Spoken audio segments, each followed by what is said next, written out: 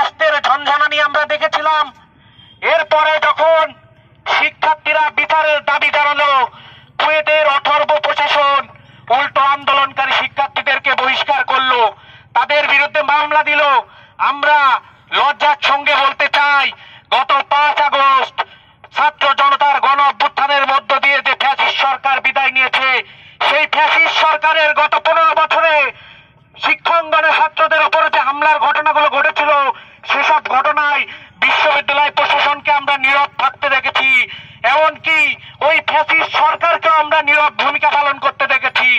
গণ অভ্যুত্থান পরবর্তী সময়েও আমরা একই চিত্র এখনো দেখতে পাচ্ছি।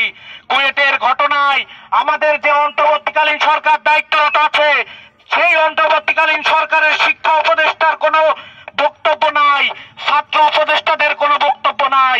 আমরা স্পষ্ট করে বলে দিতে চাই, যে বিপ্লবীদের রক্তের বিনিময়ে আপনারা আজকে এই নরম গতিতে বসেছেন, সেই বিপ্লবীদের যদি 5 আগস্টের পরে আবার অনশন করে মরতে হয়, তাহলে এই নরম গতি থেকে আপনাদেরও টেনে ইস্ত্রে নামাতে আমরা এক পাও পিছপা হব না।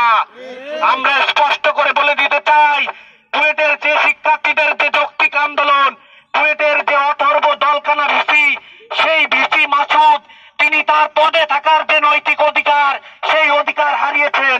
আমরা বলে দিতে চাই, শিক্ষার্থীদের সাথে, শিক্ষার্থীদের যৌক্তিক দাবির সাথে এই অন্তর্বর্তীকালীন সরকার একতা পোষণ করে দ্রুত সময়ের মধ্যে শিক্ষার্থীদের যে যৌক্তিক দাবি, কুয়েটের ভিসির পদ থেকে তাকে অপসারণ করবে। অন্যথায় আমরা এই